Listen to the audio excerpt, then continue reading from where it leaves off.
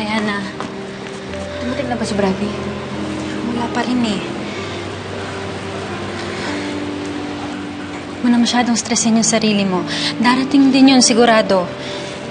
Nakawala tuloy yung ganda ng kapatid ko. Ito naman eh. Diana, ito ang pinakamahalagang araw sa buong buhay mo ngayon. Kaya dapat isa lang yung maging maramdaman mo. Dapat masaya ka lang. Dapat ikaw ang pinakamaganda at pinakamasayang babae sa buong mundo ngayon. Masayang-masaya naman ako. At lalong naragdagan yun dahil alam kong nandyan ka. Ba't naman ako? Oo, no. Bago ko magkaroon ng sarili kong pamilya, bumalik ka na sa akin. Kung alam mo lang, gabi-gabi, nagpapasalamat ako sa Diyos. Dahil kasama na kita ngayon. Ako rin. Nagpapasalamat ako kasi tinanggap niyo pa rin ako sa kabila ng lahat.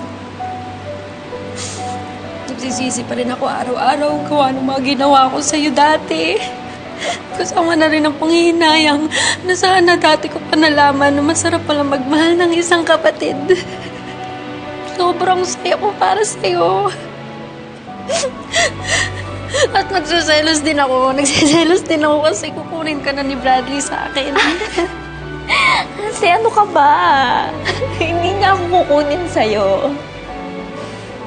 Hindi, ganito. Isipin mo na lang, magkakaroon ka ng lalaking kapatid. Mamahalin ka din, yung pamilya natin. Salamat, Diana. Mahal na mahal kita. Mahal na mahal din kita, ate.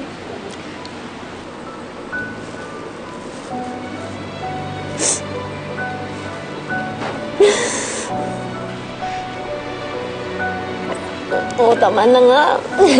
Tama na. Yan, nasisira tuloy yung makeup natin. Kasi mamaya pa to dapat eh. Sagot ka kay Nina. Hindi. Bawal sa picture. Sige na nga, hanapin ko na yung groom mo para maging masaya ka na. Sige, balitaan mo ko. Kaya.